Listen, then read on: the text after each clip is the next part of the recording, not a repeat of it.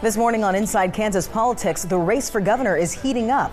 A new candidate with some deep pockets entering the race. Can he put his money where his mouth is? What we know so far. Plus, they fought us on it. They say we were being cruel. You have to really question, is that person pro-business or are they pro-chaos?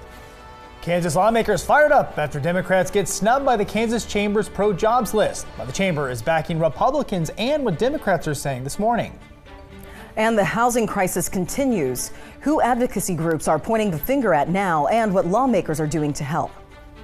But first, we start with the race for governor. Candidates continuing to file in. You're taking a look inside Kansas politics. Welcome in. I'm Rebecca Chung. And I'm Rob Hughes. So glad you're here. Well, the latest candidate to enter the race is Philip Sarnecki. He's a businessman from Johnson County. He's retired after 30 years in the financial industry. He was managing partner of Northwestern Mutual, which has offices in 18 states. Okay, let's bring in Tim Carpenter, senior reporter for the Kansas Reflector now. And Tim, right now, the Republican primary pretty stacked. How will Sarnecki fare when you have so many big names in this race? Yeah, he's going up against a collection of established politicians, and that's the point there. He's a complete novice. Nobody knows who he is. If he has been this great successful business person, he can maybe use some of that money to bankroll a way to help people ID him. Nobody knows him, knows his public policy issues. He sounds like a guy who's a fan of Donald Trump, which doesn't really give him much separation from most of the field. Yeah, and if you watch this video, that's what you see. Tim, I want to ask you real quickly, of course, all these candidates trying to get President Trump's endorsement. How is that going to impact the race if or when they do? When you have 5, 6, we'll say viable candidates, that endorsement could mean everything. I think if the president endorsed one Republican, I'm going to go out on a limb and say I think that person can win. It's that powerful in Kansas among statewide voters. Okay. All right. Thanks so much, Tim. Well, we also want to point out where things stand with Democrats and Republicans so far. Now, on the Democrat side, we have State Senators Ethan Corson and Cindy Holscher. Marty Tooley, an author and personal trainer in Lawrence, is also running as a Democrat. But on the Republican side, there's a lot more. We've got podcaster Doug Billings. We got former Governor Jeff Collier, former Wichita School Board member Joy Eakins. We've got Charlotte O'Hara, who was on the Johnson County Board of Commissioners. We've got Stacey Rogers, a businesswoman in Wichita, Kansas Insurance Commissioner Vicki Schmidt. We've got Kansas Senate President Ty Masterson and Kansas Secretary of State Scott Schwab. Ooh, a lot of people in that race. So Did you get all that? Yeah, with a lot of people on the Republican side. Tim, what would make someone stand out? Well, I just think you're going to have to go up on TV and try to get some separation there. I think it's just a big blur at the moment, and the more people are in the race, that it's harder going to be for people to really get voters to pay attention to them. And keep in mind, this primary isn't until August of 2026, so that's like nearly a year away. But some of these politicians have some professional appeal. They've Senate president, statewide office holders. So some of those people are going to have an advantage over the lesser known candidates. I think there's 3 or 4 dark horse candidates there, but there's really, maybe we'll say 4 or 5 that can really maybe get some traction and draw some interest from President Trump. Yeah, they're really going to have to pound the pavement, but it is early, like you said, Tim, but the lesser known ones, yeah, just really going to have to get the out Democrat there. field, if you want to talk about that, I mean, we have 2 state senators, both from Johnson County, both with a pretty similar track record. And I think they're both viable candidates, and they're just going to duke it out. So we'll see what happens. At least the Democrats will have at least 2, 3 candidates, and they can have a debate. You know, instead of sometimes there's only one candidate really, and it seems like they're just have a confrontation with themselves about how great they're going to be as governor. So at least you can have a good debate with this. You can fit them at a small table versus the other ones. You're going to need a much bigger table. Well, the Republicans can fill out a baseball scorecard. There's, I think, if you include Mr. Billings, who's been temporarily his candidacy went backwards a bit. He was disqualified. He was a full-fledged candidate with a lieutenant governor running mate. Lieutenant governor running mate quit, and so he's going to have to reconfigure his campaign and refile if he wants to. But that would give you 9. So we have somebody at every position. All right. Got a full baseball team. All right. All right. Appreciate it, Tim. Well, moving on now. Tensions are rising as the Kansas Chamber snubs Democrats on their pro-jobs list. Yeah, dozens of Kansas lawmakers are being recognized for their commitment to supporting legislation that helps job growth in the Sunflower State. However, none of them are Democrats. The business advocacy group selected these lawmakers because they supported bills the chamber says promoted economic growth and created Kansas jobs. Now, the list includes top Republican leadership, but not a single Kansas Democrat. When we tried to require job training, get people out of government dependency and get them into the workforce, they fought us on it. They said we were being cruel. When we tried to do things to lower property taxes, they said we're bankrupting the schools, and they fought us on that. I think that there's one party that's focused on growing our economy and attracting people to Kansas and keeping people in Kansas, and there's one that's on the side of the administration and the teachers unions in our schools. If you are really looking at someone who wants to contribute to the overarching economic growth and benefit of the state, you want to look at the legislator who, regardless of party, is contributing to economic development, to making sure that there is solid health care available in all areas of the state, and most importantly, to people who are supporting education for all and overall state stability. If you support a tax policy that causes a state to collapse, as it did under the Brownback years, you have to really question, is that person pro-business or are they pro-chaos? All right, some fiery words there. Just another sign the election is getting closer, really. And Tim, on your Kansas Reflector podcast, you call it the $1 million question. So why is the chamber throwing this support behind all the Republicans and the legislation you mentioned? How could that come into play? Well, the Kansas Chamber of Commerce, it's a big lobbying organization, but it also has a political action committee, and they throw a lot of money in these races, so they can be a real presence in these campaigns. And so the endorsements of people that have voted in ways that the Kansas Chamber likes, I think there have to be Democrats that fit the mold and have the voting record. But I mean, the Kansas Chamber is a partisan organization. They want Republicans in there because that's who's in leadership of the Kansas legislature in the moment. So they're going to support Republicans. And I've often wondered why they didn't take the 1, 2, 3 Democrat that is like-minded, conservative fiscally, wants less government regulation and more lower taxes and more job development and that kind of thing. There are Democrats like that, but you just kind of got to take these lists with a grain of salt. All right, Tim, thank you so much. When we come back, we're talking property. Some groups sounding the alarm on the lack of affordable housing, what they're urging lawmakers to do. That's up next. And later on, Democrats warn President Trump about deploying the National Guard. They're calling his recent actions chaotic. That's still ahead. We'll be right back. You're watching Inside Kansas Politics.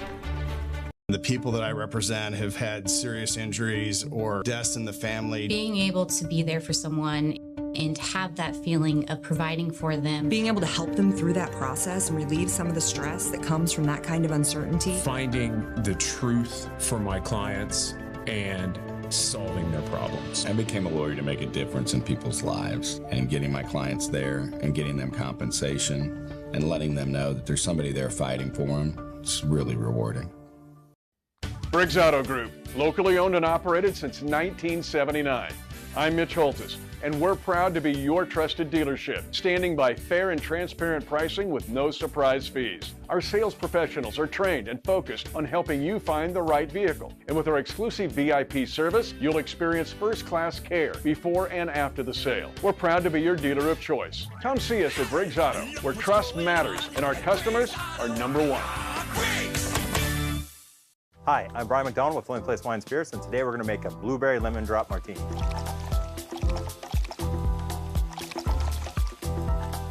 For all these ingredients and more, come see us at Fleming Place Wine and Spirits, located just off of 10th and Gage, Topeka's most trusted liquor store. You worked hard all year. Now relax for less during the Faith Furniture Labor Day holdover sale. There's still time to save big on quality name brand furniture and mattresses. But hurry, the sale ends September 14th. Everything is in stock and ready for pickup or fast delivery. Plus, get up to 36 months interest-free financing. You heard right, 36 months. Huge discounts, no interest financing. All the comfort you want without the wait. Don't miss it. Labor Day savings ends September 14th at Faith Furniture. You just gotta have faith. Ready to tailgate? It's the 27 KSNT Tailgate Sweepstakes. Enter now at ksnt.com for your chance to win a brand new grill and 4 tickets to the KU versus Cincinnati football game. Sponsored by LMH Health and these fine sponsors. Well, welcome back to Inside Kansas Politics. The housing crisis continues in Kansas, and according to some advocacy groups, they may have found the reason why. Now, homelessness is a growing issue, and recent data shows homeownership rates are on a downward trend as well. Inside Kansas Politics Capitol Bureau reporter Braden Day tells us what one group says needs to happen to turn those numbers around. I spoke with a local Kansas organization who are on the front lines of this very important issue, and they tell me that there are two problems facing Kansas residents that the legislator needs to prioritize. The Kansas Housing Advocacy Network is a local organization focused on developing housing and ending homelessness. They blame Kansas's rising housing and rental costs on corporate out-of-state homeowners. And so there's been a shift in our housing market where instead of having mostly mom and pop owners who are invested in our communities, we're seeing corporations, many of whom are out of state, who are really interested in posting profits. And she says these corporate owners are making it harder for Kansas renters to find a safe, affordable place to live.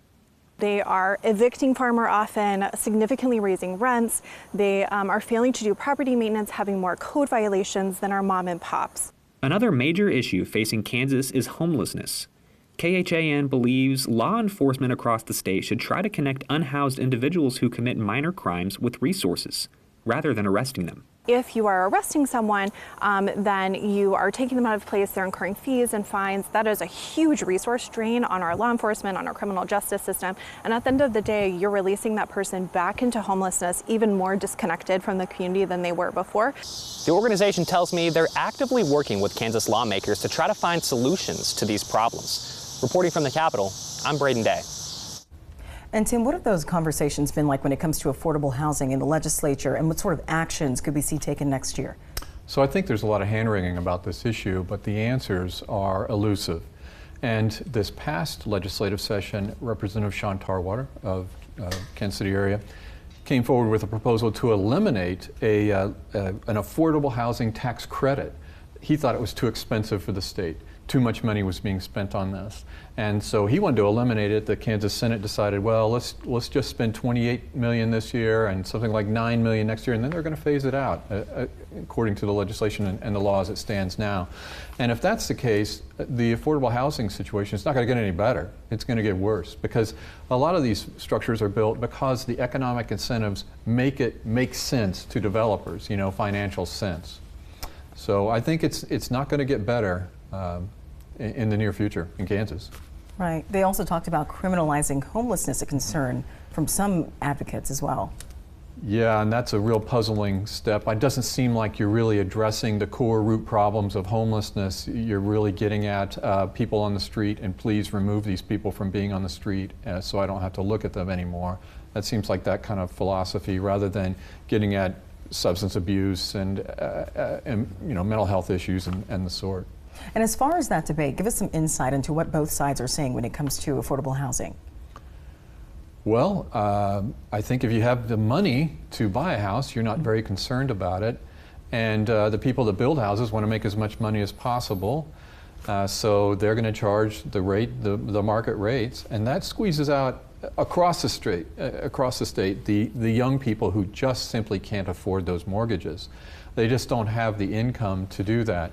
So I think there's developers who want the subsidies, there's developers who don't want the subsidies, there's politicians that are willing to spend the money on this problem, and others that don't.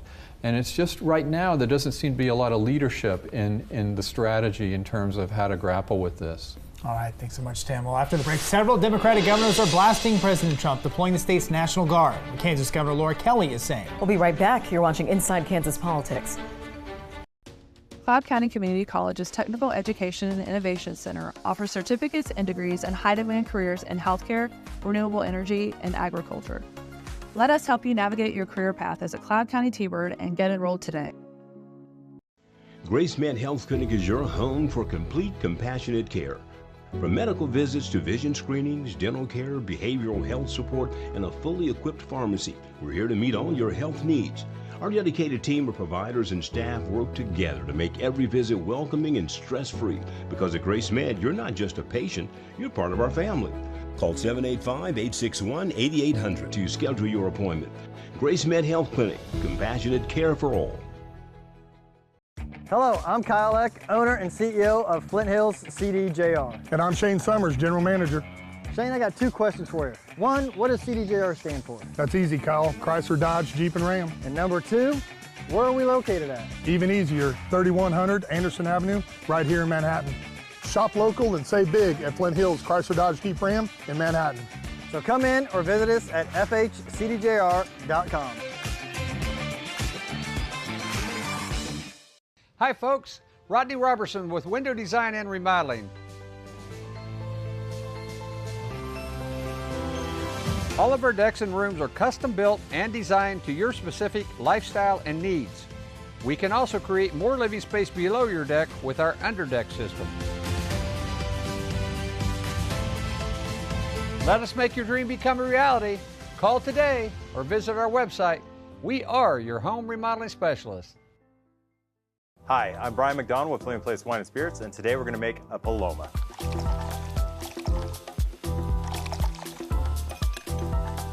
For all these ingredients and more, come see us at Flaming Place Wine and Spirits, located just off of 10th and Gage, Topeka's most trusted liquor store. Welcome back to Inside Kansas Politics. Turning now to President Trump getting pushback from several Democratic governors, including Kansas, criticizing his recent actions to deploy state's National Guard. We got Tim Carpenter back here. And Tim, now we've seen the president do this several times, of course, in L.A. and D.C. Let's start with L.A. Now, essentially, he's federalizing a state's National Guard against the governor's will, and you also have the Marines there as well. This hasn't happened since the Civil Rights Movement. What are your thoughts on all that? Not in the modern era. You have to wonder about the legality, and I think this is being handled by the courts, but the legality of Texas volunteering National Guard units that are then sent to California without the permission of a California governor. That just on the surface seems dubious legally, you know? I'm not an attorney, but it doesn't seem like that should be allowed.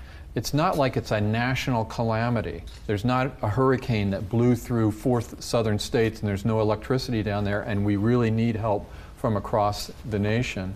It's just not that kind of problem. Yeah, a judge also ruling that it was against the law when it came to LA riots that we were seeing. So that's one point there. In D.C., another judge, or Washington, D.C., that is suing Trump over those actions. Yeah, I think he's going to face a lot of legal opposition. Now, there are, say, 9 or 10 states, and the governors are very eager to volunteer their guard forces to serve Trump's interests. And those interests, the critics would say, are political, to try to embarrass the governors of Democrat-led states. I want to follow up on that, Tim. So in LA, you'll have a lot of these units, they are trained. You have what's called a quick reaction force, or you have soldiers go through a little bit of riot control training.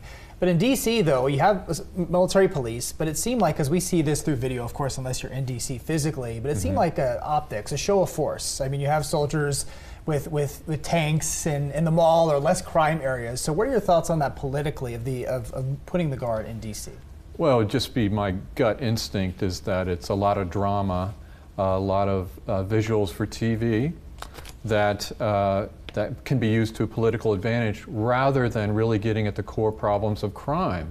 MP units seem like they could back up DC law enforcement and be a suitable support framework for it. But I think just regular Guard units, they would perhaps not exactly know what to do, which is why you've seen some images of them in Washington doing landscaping work, you know, raking leaves. Yep. It's complicated. It's called a defense support of civil authority, meaning when the Guard, you're essentially working for another entity. It's very complicated, but it's certainly fascinating. I did want to ask you, Tim, when you have this surge of forces in D.C. with the Guard, with police, and then perhaps the federal police as well, we're going to see crime probably decrease when they're all there. But is it going to be long-term sustainable? Are we going to see those numbers where they are during the surge? Well, it stands to reason if you reduce forces, it probably will go back to where it was and reach its equilibrium again. I think not a long-term solution unless they're really embedded in the law enforcement system and making it work. You mentioned Laura Kelly. She's adamantly opposed, the governor of Kansas is adamantly opposed to this, and as a leader of the Democratic Governors Association is trying to encourage other states to refuse this idea. And then these governors, they're also highlighting the big concern here about preserving state authority over their National Guard. So what happens? What are the constitutional risks when a president bypasses the governor's authority to use the National Guard for missions at home? Well, the risk, I presume, would be breaking the Constitution, which seems like a very serious thing to do, and we must abide by the Constitution regardless of what somebody's political motivations are. I just think this sounds unnecessary, and it sounds like something that somebody's doing to maybe distract us from what's going on over here. Oh, look over here, we've got Guard units on the Mall of Washington, D.C., and everybody should feel safe. When in the reality in the neighborhoods, that's probably not true. I just don't know what it's done. I think if I saw a military vehicle parked at the end of my cul-de-sac, it would concern me. It would concern me that armed soldiers are out there, more so than I would be about my kooky neighbor, you know? So I think it sends really bizarre mixed signals, but I just don't know where the end game is. I don't know where this is going, and I'm not sure any of us do. Yeah, you also have to think about the cost of something like this. Well, it's in the millions for sure. I mean, This has to cost, these deployments have to cost millions of dollars. Your transportation, housing, and all of that. You're paying salaries of people serving full time. It's a massive logistical effort. And Right. like you mentioned, Rebecca, it's very expensive. Yeah. So that's a very good point. All right, Tim, thank you so much. We have more updates from the Capitol when we return. Yeah, Tim's going to break down some of the biggest topics this week. We're going to be right back. You're watching Inside Kansas Politics. Attention women veterans. Do you want free help applying for VA healthcare and veterans benefits you earned? The Kansas Office of Veteran Services has women representatives on site ready to assist you. Help is just a click away. Contact the Kansas Office of Veteran Services. Busy parents have a lot to remember. You have to remember your kids don't eat crusts, pack healthy snacks, and leave the house on time. But you don't have to worry about the shades. They'll close themselves. Request a free consultation today. This is not a drill. Briggs Subaru just dropped 0% financing for 72 months on in-stock Subaru Outbacks. But only 20 are available and they're moving fast. No interest, no gimmicks. Hurry to Briggs Subaru in Topeka before they're gone. You worked hard all year. Now relax for less during the Faith Furniture Labor Day holdover sale. There's still time to save big on quality name brand furniture and mattresses. But hurry, the sale ends September 14th. Everything is in stock and ready for pickup or fast delivery. Plus, get up to 36 months interest-free financing. You heard right, 36 months. Huge discounts, no interest financing. All the comfort you want without the wait. Don't miss it. Labor Day savings ends September 14th at Faith Furniture. You just gotta have faith. It's the 30th anniversary of the Sertoma Great Topeka Duck Race, and on September 13th, thousands of ducks will virtually race their way to the finish line. Amazing prizes will be given to the lucky winners after the race. Prizes include this 2016 Ford Edge provided by Noller Auto Group, and a chance to win $1 million. Adopt your ducks at TopekaDuckRace.org and help benefit community programs supported by the Sertoma Clubs of Topeka. Hey, Quacky, what should everyone do? That's right, adopt your ducks today at TopekaDuckRace.org. Attention women veterans. Do you want free help applying for VA healthcare and veterans benefits you earned? The Kansas Office of Veteran Services has women representatives on site ready to assist you. Help is just a click away. Contact the Kansas Office of Veteran Services. Welcome back to Inside Kansas Politics. Finally, we are breaking down some of the biggest topics of the State House this week. We got Tim Carpenter here, and Tim, what do you think? We're going to be talking about a special session, or you wanted to talk about one possibly coming up at the State House. Is it really likely that this will happen, and what are you hearing? So I think it's probably an absolute that's the Kansas legislature will convene in special session some point this fall and redraw the Kansas congressional boundaries. And they'll do that to try to wipe out U.S. Representative Sharice Davids, the lone Democrat in the state's congressional delegation. She represents a Kansas City area district, and there's only 4 seats, so she has this Kansas City area district, and they tried to undermine her by taking the northern half of Wyandotte County away from her and giving her 4 or 5 rural counties. She immediately got on the House Agriculture Committee and embedded herself in agriculture issues, and she ran that time and won by wider margin than she did before. So that didn't work, and now at President Trump's behest, all these states are scrambling to redraw the boundaries to create a partisan result. And what it sounds like they're interested in doing is breaking Johnson County up. They've never done that before. So you would have a kind of a Republican-controlled congressional district that has a sliver of Johnson County and just comes out of Johnson County going somewhere, kind of like a horn.